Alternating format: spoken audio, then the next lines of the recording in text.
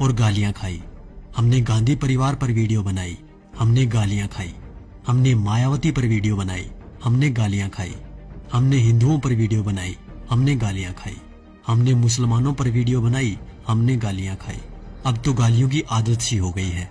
तो अब हो जाइए तैयार फिर से, क्योंकि ये वीडियो कुछ लोगों के शरीर में घी का काम करेगी और कुछ लोगों के मिर्च का।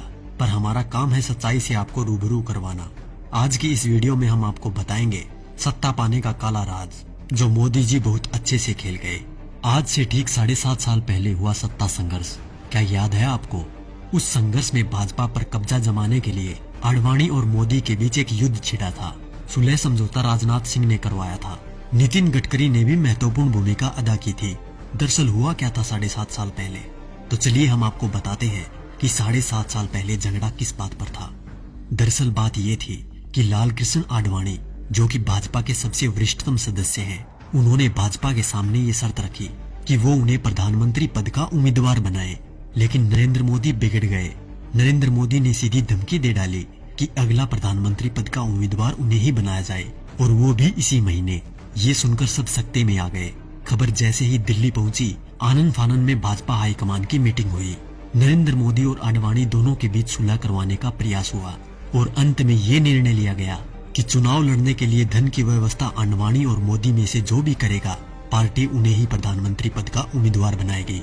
अपने 12 साल के गुजरात के शासन के दौरान नरेंद्र मोदी की मित्रता कुछ बड़े उद्योगपतियों के साथ थी, जबकि आडवाणी के साथ ये सुविधा नहीं थी। धन की व्यवस्था करने में नरेंद्र मोदी सफल रहे। अब उसके बाद घटनाक्रम धीरे धीरे बदलने लग गया। पूंजीपतियों ने भाजपा के सामने शर्त रख दी कि भाजपा को तभी धन उपलब्ध करवाएंगे जब नरेंद्र मोदी को प्रधानमंत्री पद का उम्मीदवार पार्टी घोषित कर दे। भाजपा को पूंजीपतियों के दबाव के आगे झुकना पड़ा और नरेंद्र मोदी को प्रधानमंत्री पद का उम्मीदवार बनाना पड़ा। आडवाणी नाराज होकर कोप भवन में बैठ गए। उसके बाद धीरे धीरे घटनाक्रम बदला। लोकसभा चुनाव प्रचार के दौरान मुकेश अंबानी ने देश में 22 चैनल खरीद लिए। इन चैनल को ये निर्देश था कि वो दिन रात मोदी का प्रचार करे, उनकी रैलियों के भाषण लाइव टेलीकास्ट करे और समस्त विपक्षी नेता यानी आज के विपक्षी नेताओं पर तंज कसने के लिए कहा गया। मायावती, अखिलेश, केजरीवाल, राहुल गांधी, सोनिया गांधी, लालू समेत तमाम नेताओं पर तंज कसने के लिए कहा गया। मीडिया ने ये काम बखूबी किया भी। तकरीबन 600 वेबसाइटों को मुकेश अंबानी ने खरीद लिया। नरेंद्र मोदी ने 400 रैलियां की थी।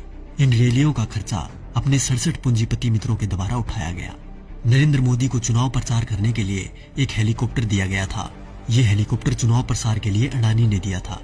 जैसे ही परिस्थितियां थोड़ी बदली, देश के प्रधानमंत्री मोदी जी बन गए। अरे मित्रों, मैं तो पीएम बन गया। ये पीएम बन के कैसा तन गया। ये विक्ट्री मेरी देखो, ये हिस्ट्री मेरी देखो, जैसे मॉडल मेरे गुजरात का। उसके बाद सिलसिला हुआ कर्ज उतारने का। तो सुनिए क्या क्या हुआ। अडानी को ऑस्ट्रेलिया के क्वींसलैंड शहर में खनन के लिए 600 करोड़ का कर्ज नरेंद्र मोदी ने दिलवाया। उनके पिछले 67,000 करोड़ के लोन को माफ कर दिया गया। मुकेश अंबानी को फ्री में 4G स्पेक्ट्रम दिए गए। इसके अलावा मुकेश अंबानी की कंपनी पर पिछली सरकार द्वारा लगाया गया जुर्माना माफ कर दिया गया। उनके भी कुछ कर्जों का राइट ऑफ कर दिया गया। दैनिक जागरण अखबार ने लोकसभा प्रचार के दौरान नरेंद्र मोदी का बखूबी साथ दिया था, इसलिए इस अखबार के मालिक को मोदी जी ने राज्यसभा में सांसद बना दिया। दैनिक भास्कर अखबार, जिसके मालिक वेदांता कंपनी है, उसको मोदी जी ने छत्तीसगढ़ में कोयले की खदान दिलवा दी। जी न्यूज, जिसने दिन रात नरेंद्र मोदी का प्रचार किया और आज भी कर रहा है, उसके मालिक सुभाष चंद्रा को भाजपा ने राज्यसभा सांसद बना दिया। और अब बात करें किसान और गरीब लोगों की, तो शायद उनके बारे में मुझे बोलने की जरूरत ही नहीं, क्योंकि सभी नेता कोई भी पार्टी का हो एक ही बात बोलता है, कर्ज माफ, लोगों को नौकरी और लड़कियों को सम्मान। तो क्या हुआ भाई साहब, कर्ज तो आप सभी का माफ हो ही गया होगा और नौकरी भी लग गई होगी, आराम से घर बैठकर खाने की। वैसे देखा जाए तो हम जवानों को इस फोन से फुर्सत मिले तब ना। 4G की लहर ऐसी आई है, हमारी आवाज तभी निकलती है जब टिकटॉक और PUBG बैन हो जाए। वैसे भी टिकटॉक के बैन होते ही अंबानी ने 5 बिलियन का ऑफर दे दिया टिकटॉक को कि हमें बेच दो, हम खरीद लेंगे। और रही बात PUBG मोबाइल गेम की, तो PUBG बैन होते ही खबर आई कि हम फौजी गेम मैदान में उतार रहे हैं। अच्छी बात है, मेक इन इंडिया होना भी चाहिए, पर शायद अब इस गेम से युवा गलत दिशा में नहीं जाएंगे, क्योंकि इसको गंगा के जल से धोकर लॉन्च किया जाएगा। तो देखा दोस्तों, ये थी खबर। बाकी जो मीडिया दिन रात आपको दिखाता है वो तो सिर्फ उसका प्रचार है। साथियों, ये खबर हर फोन में होनी चाहिए जिससे कि बीजेपी की इस करतूत का सबको पता चल जाए। देश हित के लिए जनहित में जारी।